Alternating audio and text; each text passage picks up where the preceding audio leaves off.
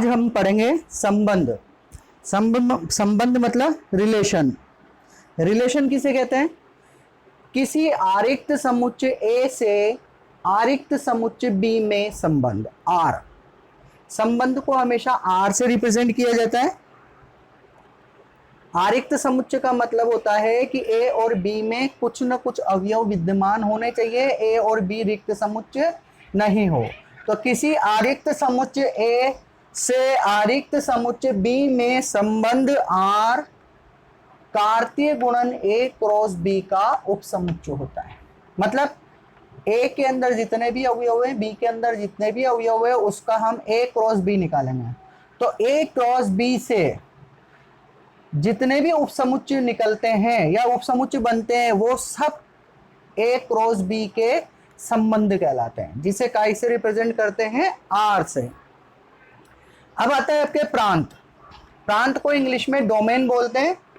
समुच्चय ए से बी में संबंध आर के, ए क्रॉस बी के नहीं, आर के क्रमित युग्मों के सभी प्रथम घटकों के समुच्चय को संबंध आर का प्रांत कहते हैं। यानी आर के अंदर जितने भी अवयव हैं, उनके जो पहले पहले घटक है, उन्हें हम प्रांत बोलेंगे। घटक मतलब अवयव।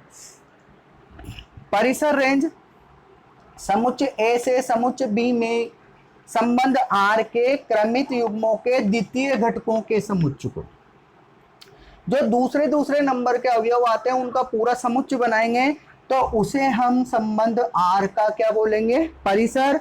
और परिसर को इंग्लिश में बोलते हैं रेंज।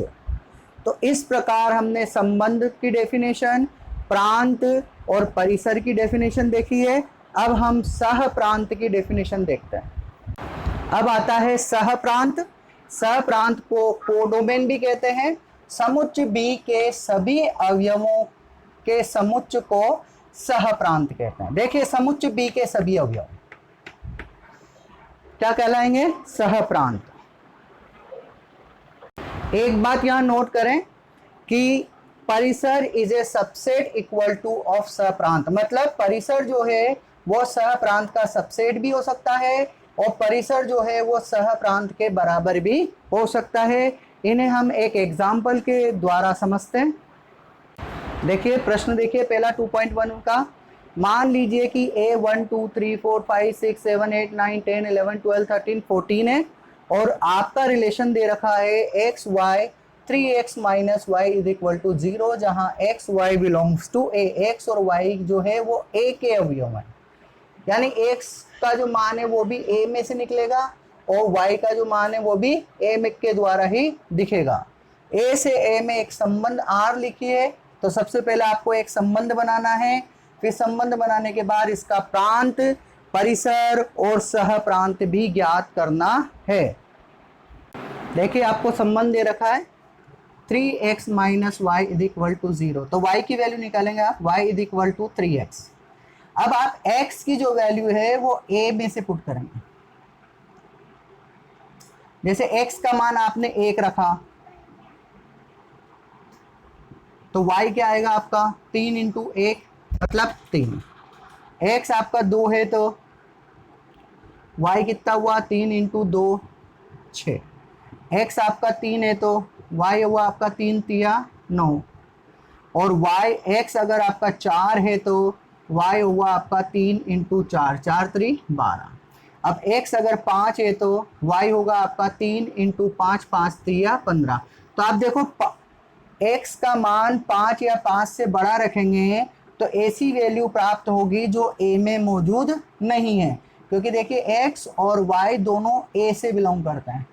तो आप 5 के बाद की कोई वैल्यू नहीं रखेंगे, और आपका रिलेशन बना x को पहले और y को बाद में रखना है। यहाँ देखिए, तो आपका रिलेशन बना 1 का रिलेशन किसके साथ है? 3 के साथ, 2 का रिलेशन 6 के साथ, 3 का रिलेशन 9 के साथ, और 4 का रिलेशन 12 के साथ।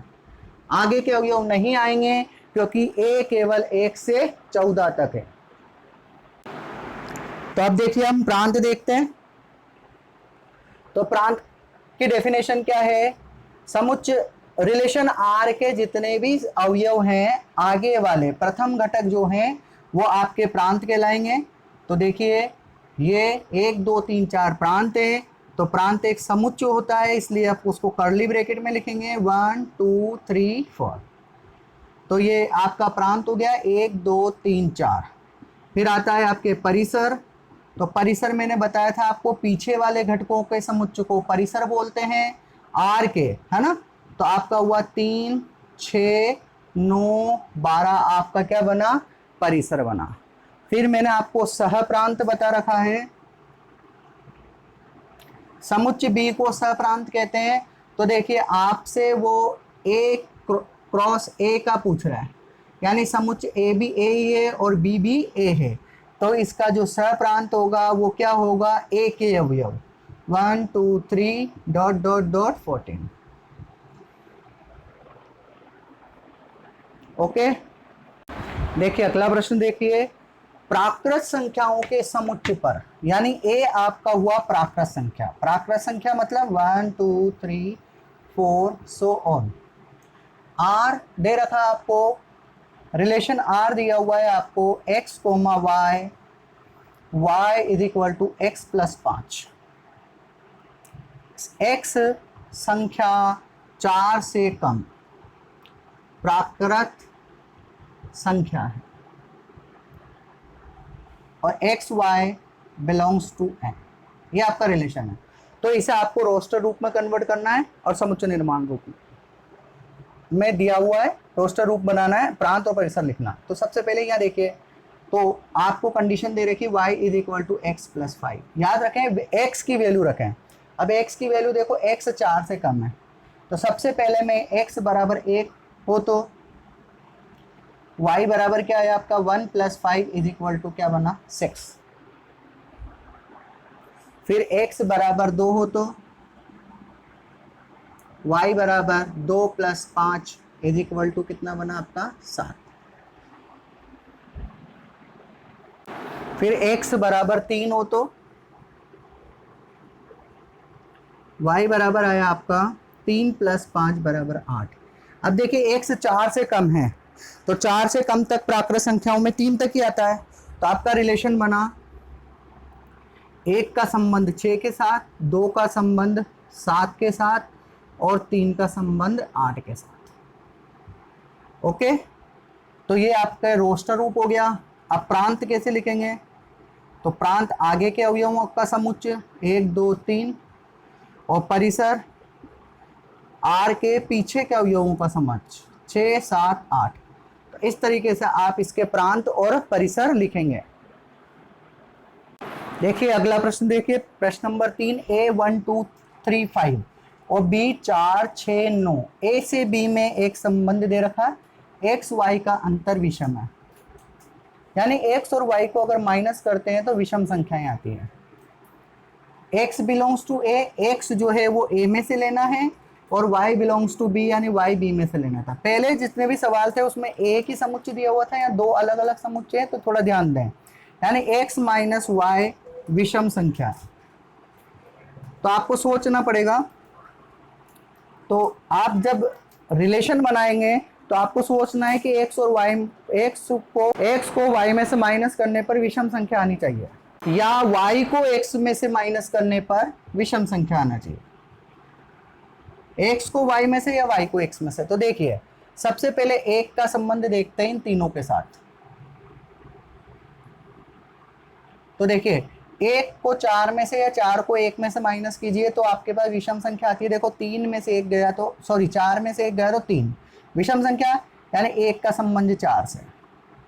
फिर 1 को आप लीजिए 6 के साथ, क्योंकि देखिए x जो है वो a समुच्चय से है और y जो है वो b समुच्चय से। तो आगे वाले अवयव आगे लिखाएंगे, पीछे वाले पीछे, a के आगे और b के पीछे। तो 1 का संबंध 4 से है। देखिए 1 का 6 के साथ देखते हैं, 6 माइनस 1 5 विषम संख्या, यानी 1 का 6 के साथ भी है।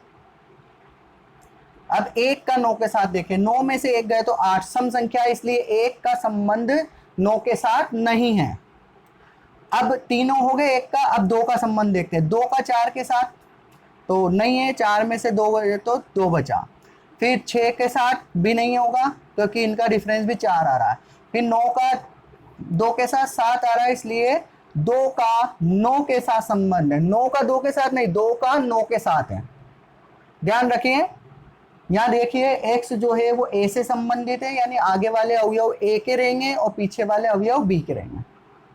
अब आप 3 के साथ संबंध देखिए, तो 4 और 3 का संबंध है क्योंकि 4 माइनस 3 बराबर 1 आता है। तो 3 का संबंध किसके साथ हुआ? 4 के साथ। अब देखिए 3 का संबंध 6 के साथ नहीं है क्योंकि 6 माइनस 3 कितना हुआ? 3 है या नहीं है? है। 6 में से 3 गया तो 3 बचता है। 3 एक विषम संख्या है, इसलिए 3 का संबंध भी 6 के साथ होगा। लेकिन 3 का संबंध 9 के साथ नहीं होगा क्योंकि 9 में से 3 गए तो क्या बचता है? 6। तो आप 3 9 नहीं लिखेंगे। अब 5 पे आइए, 5 का संबंध 4 के साथ है कि नहीं है? है, क्योंकि 5 माइनस 4 बराबर 1। 5 6 5, देखिए 6 माइनस 5 1 होता है, इसलिए 5 का संबंध भी 6 के साथ है। देखिए 9 माइनस 5 4 हुआ, तो 5 का संबंध 9 के साथ नहीं है। तो इस तरीके से आपका रोस्टर रूप बनता है। अगर इसमें प्रांत पूछा जाए तो आगे वाले अवयव प्रांत हुआ और पीछे वाला अवयव परिसर। तो अगर इसमें आपका प्रांत पूछा जाता है तो प्रांत हुआ 1 2 3 5। देखिए 1 2 3 5। और आपसे अगर परिसर पूछा जाए 4 6 9 4 6 4 6, तो बना आपका 4 6 9, ये परिसर भी होगा। ठीक है। अब देखिए पीछे वाला जो समुच्चय वो आपका सहप्रांत कहलाता है। तो देखो ये सहप्रांत 4 6 9। तो मैंने आपको बताया था जो परिसर है वो सबसेट इक्वल टू होता है सहप्रांत के। मतलब जो परिसर है वो प्रांत का उपसमुच्चय भी हो सकता है और प्रांत के बराबर भी हो सकता है। तो इस सवाल में देखिए परिसर जो है वो प्रांत के बराबर है। देखिए परिसर इक्वल टू सहप्रांत, प्रांत नहीं सहप्रांत। फिर देखिए मैंने बताया था परिसर इज सबसेट इक्वल टू सहप्रांत। तो यहां देखिए परिसर और सहप्रांत इक्वल है, तो देखिए परिसर इक्वल टू सहप्रांत। तो कभी कभी क्या होता है परिसर और सहप्रांत दोनों समुच्चय बराबर भी आ जाते हैं, और कभी कभी क्या होता है जो परिसर होता है वो उप समुच्चय होता है सहप्रांत का। तो ये आप ध्यान रखें। देखिए इसे चित्र के माध्यम से भी समझते हैं। तो सबसे पहले मैंने एक साइड बनाया, ये ए है। अब यहां पर हम ए के अवयवों को व्यक्त कर देते हैं। तो ए के अवयव है आपके पास 1 2 3 5, 1 2 3 5। और यहां पर बी के अवयव, ये बी के अंदर आपको दे रखा उसने 4 6 और 9। तो देखिए संबंध को कैसे डिजाइन करते हैं। 1 का संबंध 4 के साथ है, तो 1 की तरफ से तीर जाएगा 4 की तरफ, और इस तरफ से यहाँ तीर बनाओगे या लिखोगे R। इसका मतलब हुआ A का जो संबंध है वो B के साथ है। अब 1 का 6 के साथ है तो इस तरीके से तीर लग जाएगा। 2 का 9 के साथ, तो 2 का 9 के साथ तीर लगा। 3 का 4 के साथ, तो 3 जाएगा कहां पर? 4 पर। और 3 का 6 के साथ भी है, तो ये 3 का आप 6 के साथ संबंध बना लीजिए। तो देखिए 5 और 4 को भी देख लीजिए। 5 का संबंध 4 के साथ है तो 5 4 पे, और 5 का संबंध 6 के साथ है। तो ध्यान रखिए जितने भी ए में कनेक्टेड रहेंगे वो सब आपका प्रांत रहेगा। तो देखो कनेक्टेड कौन कौन है? ए भी कनेक्टेड, 2 भी कनेक्टेड, 3 भी है, 5 भी है, तो ये आपका क्या बना? प्रांत। और जितने भी अवयव ए के हैं वो प्रांत, और जितने भी यहां पर कनेक्टेड होंगे, जैसे 1 4 से कनेक्ट है, 1 6 से है, जितने भी कनेक्ट है, देखिए 4 भी कनेक्ट है, 6 भी कनेक्ट है, 9 भी कनेक्ट है, देखो सबकी तरफ तीर आ रहा है। तो ये जितने भी रहेंगे वो आपका कहलाएगा परिसर। तो परिसर क्या हुआ? 4 6 9। अब आप देखिए समुच्चय जो बी है वो आपका क्या रहेगा, सहप्रांत। तो सहप्रांत भी क्या हुआ, 4 6 9 ही हुआ। अगर यहाँ पर जैसे कुछ भी होता, जैसे आप मान लीजिए 10 भी होता, तो आपका परिसर रहता 4 6 9, लेकिन सह प्रांत क्या होता आपका 4 6 9 और 10। तो इस स्थिति में क्या होता, परिसर इज ए सबसेट ऑफ सह प्रांत बनता। ओके,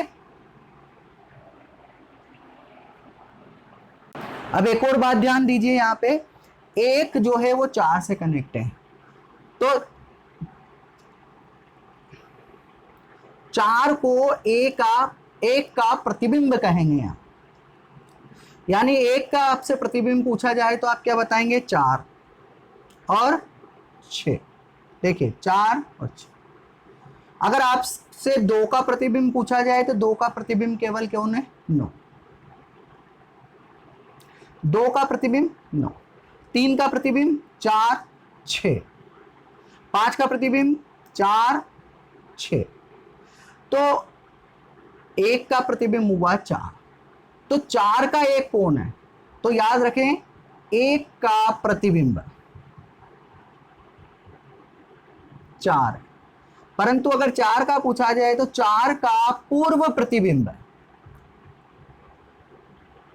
1 है। तो यह नोट कीजिए, 1 4 का प्रतिबिंब है और 4 1 का पूर्व प्रतिबिंब है। ओके, देखिए प्रश्न नंबर 4, आकृति समुच्चय P से Q का एक संबंध दर्शाती है। इस संबंध को समुच्चय निर्माण रूप में लिखो, यानी रिलेशन निकालना है, और रोस्टर रूप में लिखो। चित्र ये रहा आपका सामने। तो सबसे पहले मैं रोस्टर रूप में लिखना देता हूं क्योंकि ये बहुत इजी है। 5 का संबंध किसके साथ है, 3 के साथ। 6 का संबंध 4 के साथ, और 7 का संबंध 5 के साथ। तो यहाँ थोड़ा ध्यान दीजिए, समुच्चय निर्माण रूप बनाने के लिए सबसे पहले आप x, y लिखेंगे क्योंकि ये a क्रॉस a b के उप समुच्चय हैं। यहाँ देखिए 5 और 3, तो 5 और 3 का अंतर होता है 2, 6 और 4 का अंतर भी 2, और y 7 और 5 का अंतर भी 2 होता है। तो याद रखें आगे वाला x होता है और पीछे वाला y। तो देखिए आपका y कैसे मिला रहा है आपको, x - 2।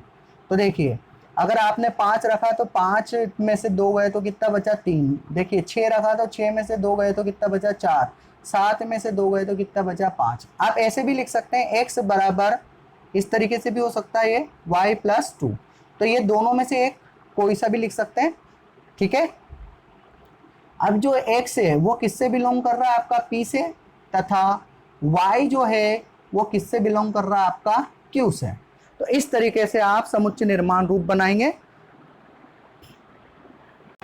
अब देखिए प्रश्न नंबर 5, मान लीजिए a 1 2 3 4 6, मान लीजिए r a पर a, b, a b belongs to a, मतलब a आगे वाला अवयव भी a से बिलोंग करता है, पीछे वाला अवयव भी a से ही बिलोंग करता है।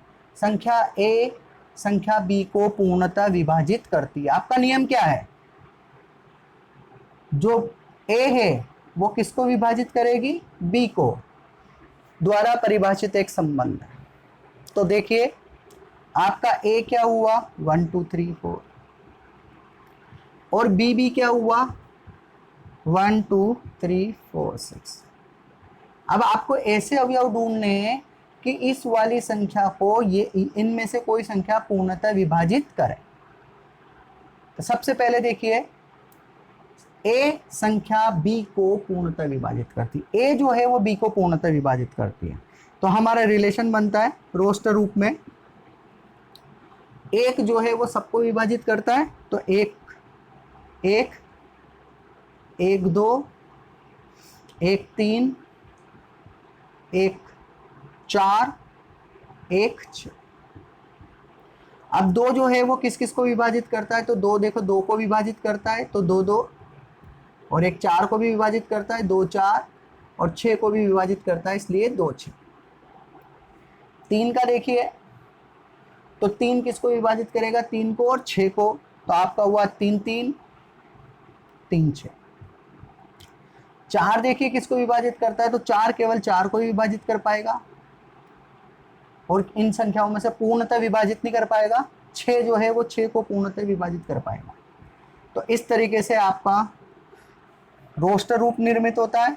अगर इसका प्रांत पूछा जाए तो प्रांत देखिए 1 1 1 1 2 2 2 2 3 4 6, तो आपका प्रांत हुआ 1 2 3 4 6। परिसर, परिसर देखते हैं, देखिए 2 1 2 3 4 6, तो 1 2 3 4 6 ही बन रहा है। देखिए 1 2 3 4 6 परिसर बना। अच्छा देखिए यहाँ पे भी देखिए सह प्रांत अगर पूछा जाता तो सह प्रांत भी क्या होता है 1 2 3 4 6। तो इस कंडीशन में देखिए वही हो रहा, जो रेंज है वो सबसेट इक्वल टू आ रहा है किसके, कोडोमेन के। तो कभी कभी ऐसा होता है, ध्यान रखें।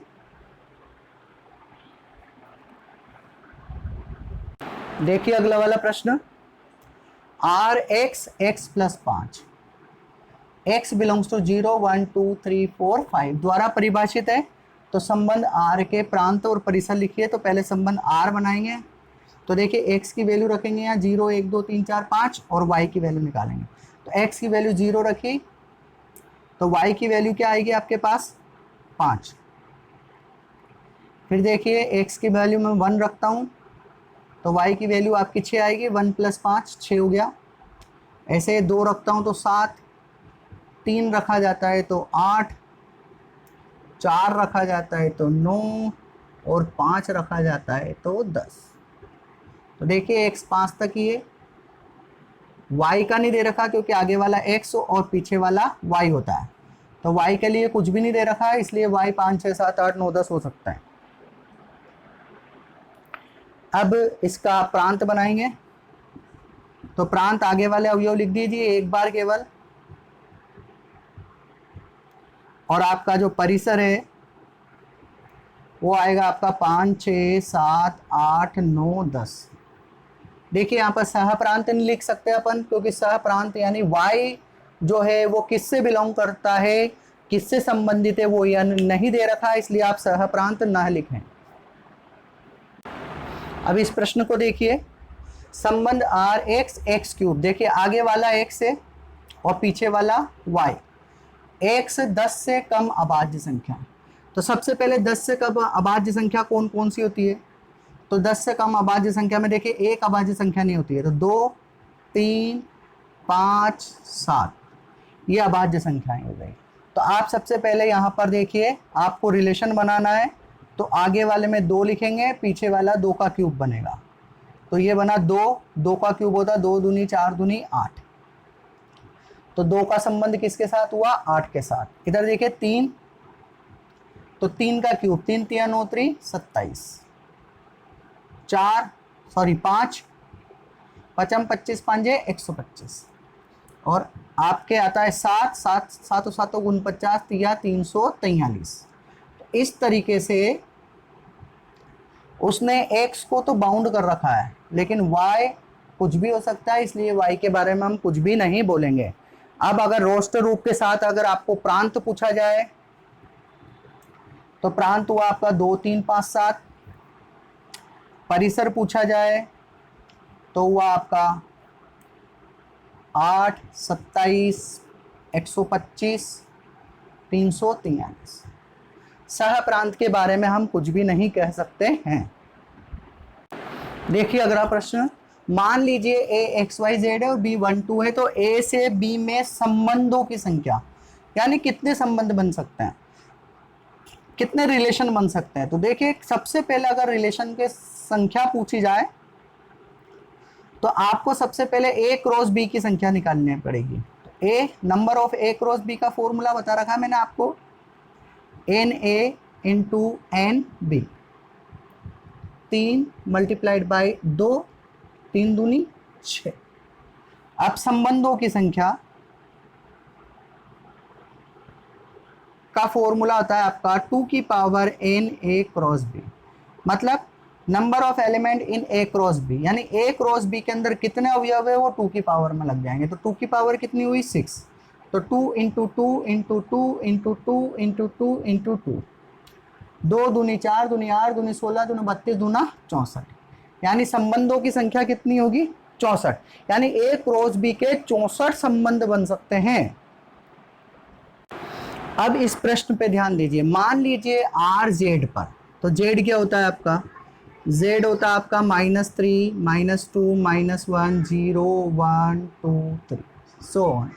मतलब इसमें प्लस की संख्याएं भी होती है और माइनस की भी होती है, सारे पूरे पूरे अंक होते हैं, इन्हें पूर्णांक बोला जाता है। ए जो है वो बी से जेड से बिलोंग करता है, बी भी जेड से बिलोंग करता है। तो आपका कंडीशन है ए माइनस बी पूर्णांक, मतलब ए को बी में से अगर माइनस करते हैं तो पूर्णांक मिलता है।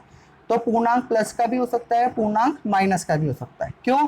क्योंकि ये पूर्णांक किससे बिलोंग कर रहे हैं, जेड से। तो आप देखिए इन सभी संख्याओं को सभी संख्याओं में से माइनस कीजिए, तो क्या होगा, आपको हर बार क्या होगा, पूर्णांक ही प्राप्त होगा। देखिए ध्यान से, आप 3 में से इसको माइनस कीजिए, इसको इसमें से, इसको इसमें से, इसको इसमें से, किसी से भी माइनस कीजिए तो पूर्णांक ही प्राप्त होगा। तो आपका जो प्रांत है वो क्या बनेगा, आपका प्रांत जेडी होगा, क्योंकि सारे अवयव आ रहे हैं आपके, और परिसर जो है वो भी क्या बनेगा, जेड ही होगा। क्यों? क्योंकि प्रत्येक संख्या का पूर्ण प्रतिबिंब वहां पर मौजूद है, प्रांत यही है और परिसर भी यही है। क्योंकि सारी संख्याओं को माइनस करने पर पूर्णांक मिलता है, तो पहला समुच्चय भी जेड में बनेगा, जेड ही होगा पूरा का पूरा, और दूसरा जो समुच्चय होगा लिंक समुच्चय वो भी जेड ही होगा, और जेड का जेड से कनेक्शन भी होगा। सारे जेड से कनेक्शन है, इसलिए प्रांत जेड और परिसर भी जेड ही होगा।